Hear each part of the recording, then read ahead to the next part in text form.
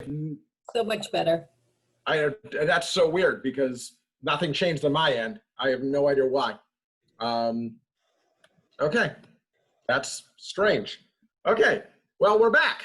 And I think everybody is with us. We got Rich, we got Pete, and Ralph should be there somewhere. And there's Ralph. Okay, fantastic. Okay, so we're gonna do a few questions that came in from the other panel that we didn't get a chance to talk to here, but feel free to send your questions to the panel as well. And thanks, Matt Bornstein, for sending try using a headset. I appreciate that. So that was helpful. Next time I will do the headset route. Anyway, so Rich Snyder. Yes. We don't have Rich Kubik in here anymore, so I don't have to worry about your last names anymore. What was the hardest transition you did and why? Truthfully, I think the hardest transition I did was when I moved from being in software sales to with airlines into the healthcare industry, because at that time there was this kind of you can't do healthcare unless you have been in healthcare your whole time. I mean, that might, I don't look at that. Others might, I don't know. But that was certainly a battle to try to overcome. And the way I overcame it was, here I was, a new dad, just got married. And I started doing an internship at Dana-Farber. Which led to, a full-time role at the Breakout, and 18 years later, here I am. So, so sometimes, when you're faced with that, because, what's the answer to that? You're right. I don't know healthcare. The whole, and it's a fairly common recommendation is, get, whatever you got to do to get that experience, do it. Organizations like this really help. Right? Because you can talk with people, you can, really get an understanding what's out there. And sometimes you got to be willing to maybe take a little bit of a step backward to take those 2 steps forward, and I know that sounds a little cliche, but that's what I did. And, it's been a good run since. Excellent. So the next question, and I'm going to let anybody who wants to answer this what advice would you give somebody that's just starting out looking for a career in healthcare technology? Whoever wants to raise their hand can take that one. Or otherwise, I'll pick on you. Okay, Ralph, you get it. Because no one raised their hand. You didn't give them enough time. That we don't have enough time. Restate the question. What advice would you give somebody just starting out looking for a career in healthcare technology? Hey, Ralph, while you think about it, I'll jump in. Why are you going into healthcare IT? Give that some thought. If you're going into it because you heard about it in some speech, or because someone advised that it's a hot field, which I'm not sure that it is. It's a strong field. I don't know. I mean, I know this is someone, whether they're early in their career or later in their career making a transition, but, ask that question. And I think if you can come close to an answer, and it's like, I really like the, the technology, or I really enjoy the exposure to the doctors, then I feel like that can help you at least kind of navigate where you start. And then the other thing I was thinking of when Rich was talking was like, just find a decent organization and see how you can get in healthcare IT. But Pete, I was thinking, and it's sort of along the same line. My advice would be to embrace it. You really need to immerse yourself into it. This is a different industry than just about any other industry you could work in. And if you're going to transition into healthcare, make sure you embrace it fully, appreciate what you're doing, and make yourself part of the answer to making the healthcare system better. Not just looking at it as a career opportunity to make more money. Yeah. Yeah, I agree with that. There's just some really, if you're an analytic person, there's just like some really complicated problems to solve that really, impact not just patient lives, right? Which are obviously we're all trying to do, but the people who are delivering care, right? Who, sometimes they love you, sometimes they hate you, sometimes they're, it's great, but but really it's finding that thing, that little thing. It might be, wow, why is this EMR so hard? Or, why is, I don't know, why are people struggling with a system so much? I don't understand. And dig and then ask yourselves those follow-on questions. And if it's still of interest to you, that will come out. That will absolutely come out. Tactically, if you're starting your career, data. It's all about data. And the other thing that we're spending a lot of time on is in the world of patient experience. COVID. The government has suddenly found religion on paying us for services delivered virtually. I get a kick when Charlie Baker gets up there and talks about it, because for years he wouldn't reimburse for it when he was heading up Harvard Pilgrim. But that's here. It's not going away. So tactically, those are some of the other big things. Rich, I wonder, I think Go about, ahead, Ralph. I think about along the lines of what you're saying, especially now I'm coming from a hospital setting or the clinical setting. Within that environment, think also, once you've entered that role, which areas you want to be at. Oh, yeah. If you're thick-skinned, feel free to work with the doctors. But if you're a little bit more thin-skinned, then think about working in other areas within the healthcare field. Yeah, and that's a very good point, Ralph. And to that point, Ralph, I know you and Rich have predominantly been in the hospital side. Pete's done a little of that and also worked in the vendors. I've worked in every side. And I think to the point is, figure out what's your passion? What do you want? What problem do you want to solve? Where do you want to add value? There's a lot of problems to solve in healthcare. Rich just talked about data. The area that I think is most interesting is workflow. I love building technology that can figure out how do you solve a problem. That's what Pete does at his company, Patient Keeper, is they build products that solve problems that customers are using. So what's your passion? Where do you add the most value? Because you can add value anywhere, whether you're a consultant, whether you're working for the payer world, or you're working for a provider. It's just a matter of how do you do that, and what organization is going to see the most value and what your skill sets are. If you don't understand yourself, you don't understand what your value proposition is, that becomes a really tough sell, because no one's going to understand how you add value and why they'd want to hire you. To me, that would be the most important thing, is figure out what you add value to do. So that was a good conversation.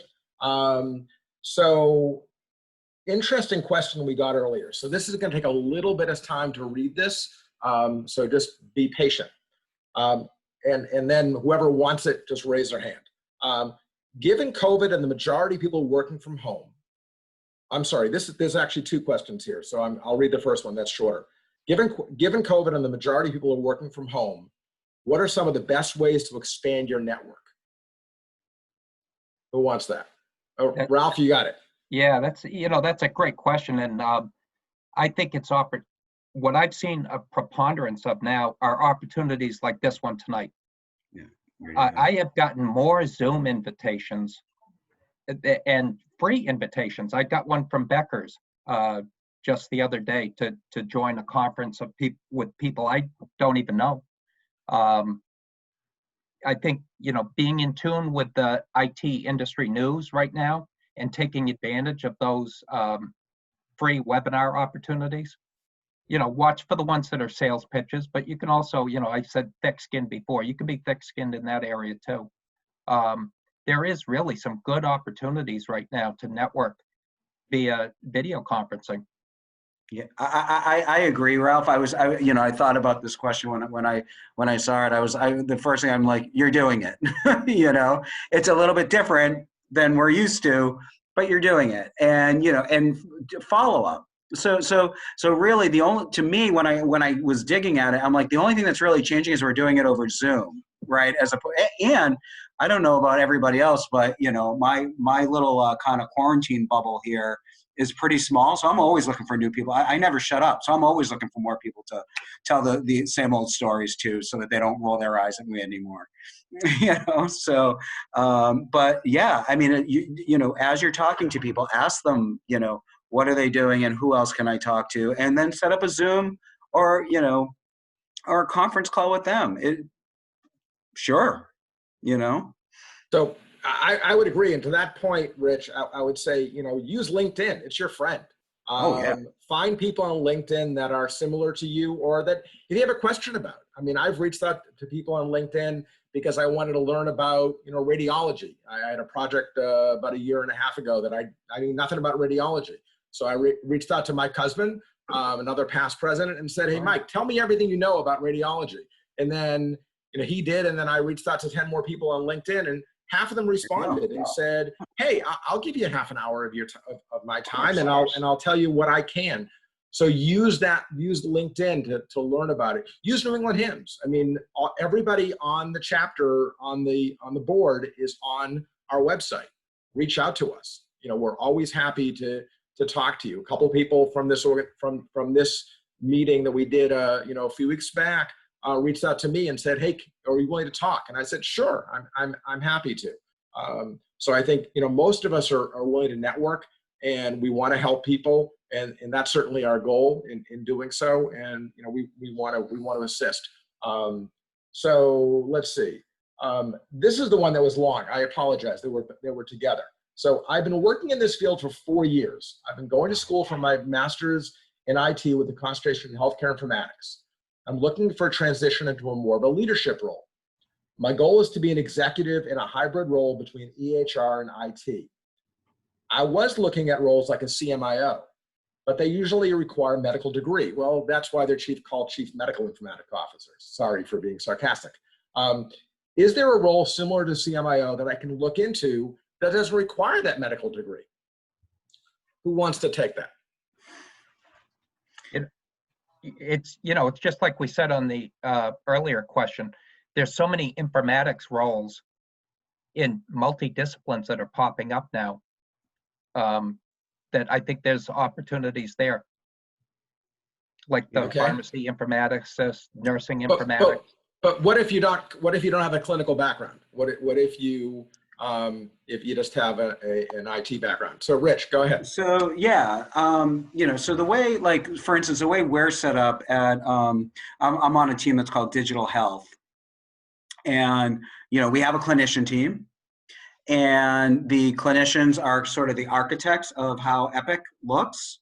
And on our team, on that team are about 8 what we call portfolio managers, and they kind of manage groups of medical professionals who are asked to design the product and make design decisions around the products, and do things like that. They will run some of our larger projects, but they're working directly along with the clinicians. So they call it the clinical triad. There's a builder from the application team, there's a clinician, and there's a project manager. And when I saw this question, I was thinking, wow, well, that's a good background for what we would call a program manager on our clinician team.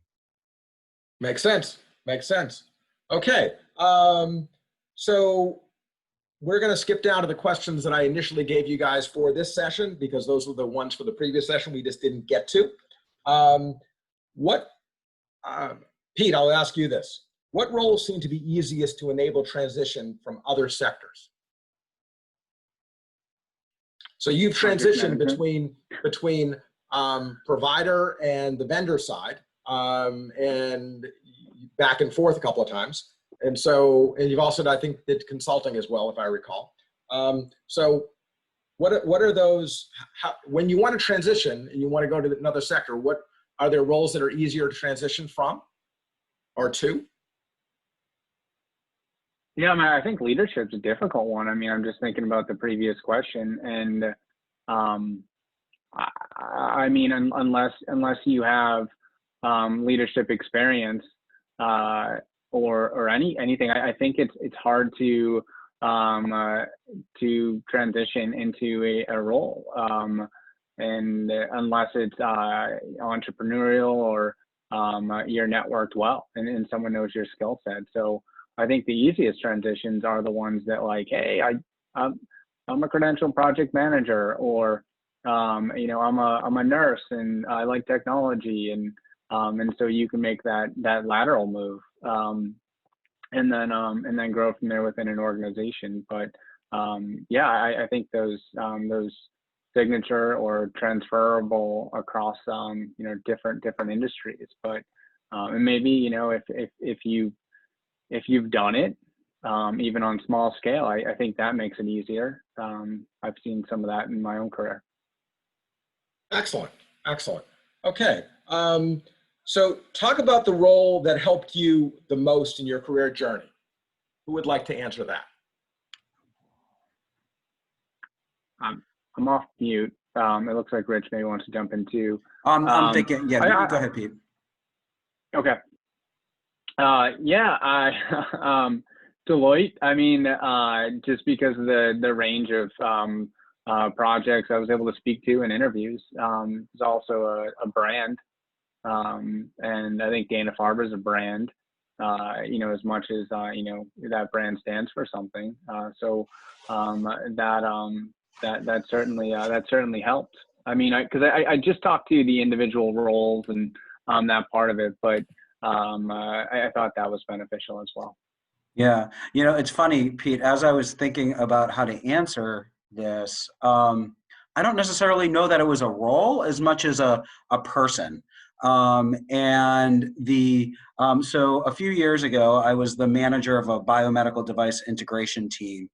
My boss at the time was a woman who actually was a geology major in college and is now heading, she's an executive director in our data analytics office.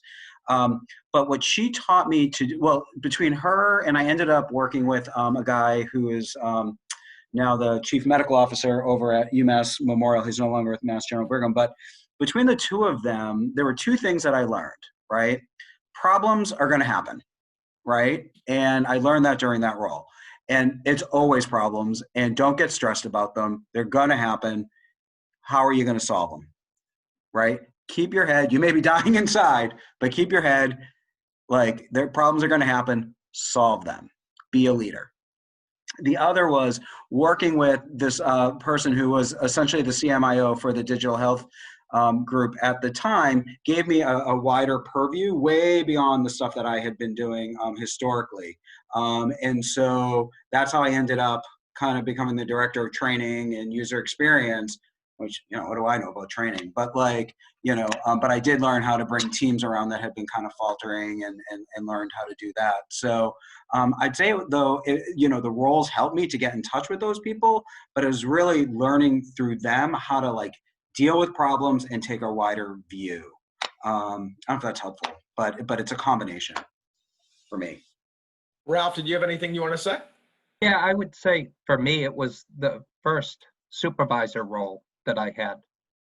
And because that was the one that taught me whether or not I was going to take my career forward leading people.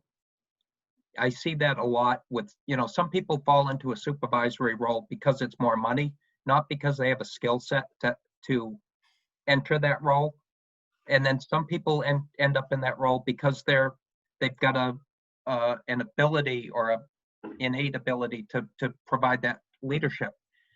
And there's hard things about that role too that you need to consider whether or not that's really something you want to take on. But I think that was the one that taught me that I was going to pursue my career in leadership and leave the geeky stuff behind. I had to give up the code in order to do well as a leader. And you know, the one example that I'll give is I actually hated the company. I couldn't stand the company, and I hated my boss. I hated all four of my bosses that I had, and I was waiting every single day to get fired. It was not a fun organization. However, I had one of the best roles I've ever had in my life. I was a subject matter expert working with a sales team. And for the guys on the call that know me, they know that's like nirvana for me. It was like perfect because I was out there going and meeting customers, figuring out how to solve their problems with the technology that we had. The sales guys had no clue. They didn't know how to spell healthcare. This was not a non-healthcare company that was trying to get into this business. So sometimes you need to take a role in an organization where you didn't think it was the right fit, where you got challenged, you got put in an opportunity where it wasn't necessarily pleasant, but you had an opportunity to really learn about yourself. And that role has helped me in every other role that I've ever taken since then. So we have a 2-minute warning. I'm going to ask one last question. How will New England Hymns be able to help with my career goals? Whoever wants to answer that. I'll take that one. Go for it. So when I was starting out and trying to get out of selling software to airlines, it was at a New England Hymns event that I met a guy who ended up being my mentor. His left partners or Master General Breakout is still my mentor, and got me started at Dana-Farber, and off I went. So the organization is going to give you opportunities like that, to meet people, but then it's also up to you to follow up, to act on that, and if somebody doesn't get back to you right away, give it a few days, check back in again. People get busy, you know what I mean? So it will give you that. The other thing is there's lots of opportunities to take a leadership role. I think there still are, on the board, right? And that, especially as you're transitioning, is a real opportunity to work not only closer with people who are at companies, but also get different perspectives and as you're starting out, really learn how different people think and different people work, because it's very similar to what you're going to face in a healthcare, provider, vendor, I assume payer, so I think it gives you a lot of opportunities. So I'll give a very short answer to that. New England Hymns started my career. It got me introduced to people who got me my first job. And then when I was president of the chapter a gazillion years ago, it introduced me to the person that helped me start my consulting company. And these people in this group today are my friends, because I've known these guys for forever. Well, I've known Ralph for longer than most of you because he was my client. But it is a fantastic organization to join and to participate in, and it's where I've learned a lot about the chapter, and about the industry, and as Rich just said, met a ton of people. So we are going to get a notification. Katie, it should be in like 30 seconds, right? Yes, Amy just said they're still asking some great questions in the other breakout room. So okay. So we want to go with one more. Okay. Yeah, let's do it.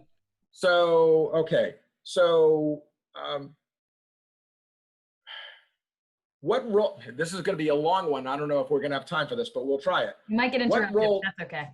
What role brought you the most joy or success, and which ones brought you the most frustration? Just do a quick answer for each. Rich. Oh, you want me? Okay, sorry. Yeah. The most frustrating was when I was the team lead for implementing Saurian scheduling. That was pretty awful. The most rewarding is the one I'm in right now. It was a team that was really struggling. And I work for my team is a team that's never going to be, hey, you guys did a great job. I'm never going to hear that. I'm going to hear we're not a problem anymore. And I've heard that. So that's Excellent. Actually been excellent. Excellent. Pete, where did Pete go? There's Pete. You moved. I'm not sure how you moved, but you did. Go ahead. Yeah, I took off my video for a second. I just needed to charge my phone. So yeah, I mean, most rewarding, as mentioned. I mean, I really enjoyed working at on the provider side. and the exposure. I saw another question in there, which is, I think that's a good launching point. It gives you a range of opportunities. Most frustrating, I have referenced it. I looked at the beginning of my career, and I think it was a good introduction into the industry. But I was really seeking career growth in my first vendor role, and which actually taught me that there's cultures that I want, and there's certain when I go for interviews, I'm looking at what is the culture, and that's evolved over time now. But just the importance of culture, and if it's not Excellent. a good culture, and I've had a couple of those, yeah. Okay, Ralph, you got 1 minute, so All I'll right, wrap it up. So my both are non-IT, but they're both healthcare roles that I've had. The most frustrating one was being an HIM director, because there was this balance between having integrity of the data that your staff was providing and the pressures of reimbursement. So, that one clearly to me was the most frustrating. The one that was the most enjoyable, believe it or not, was when I worked, when I also had responsibility as the risk manager for the hospital, because you got to see some of the most interesting things that happen in healthcare, and you really got the full breadth of what was going on. When you have to deal with a foreign object left in body, filing with the state, or dealing with patient complaints, you got to see another whole side of the healthcare system you've never seen before. Interesting. So for me, the one that was the most exciting was when I ran my own consulting firm.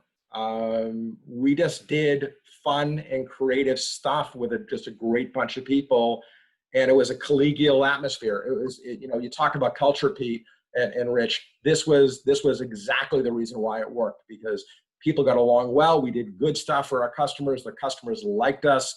We made a little bit of money. We didn't make a ton, but we had fun doing it. And that was really the best part.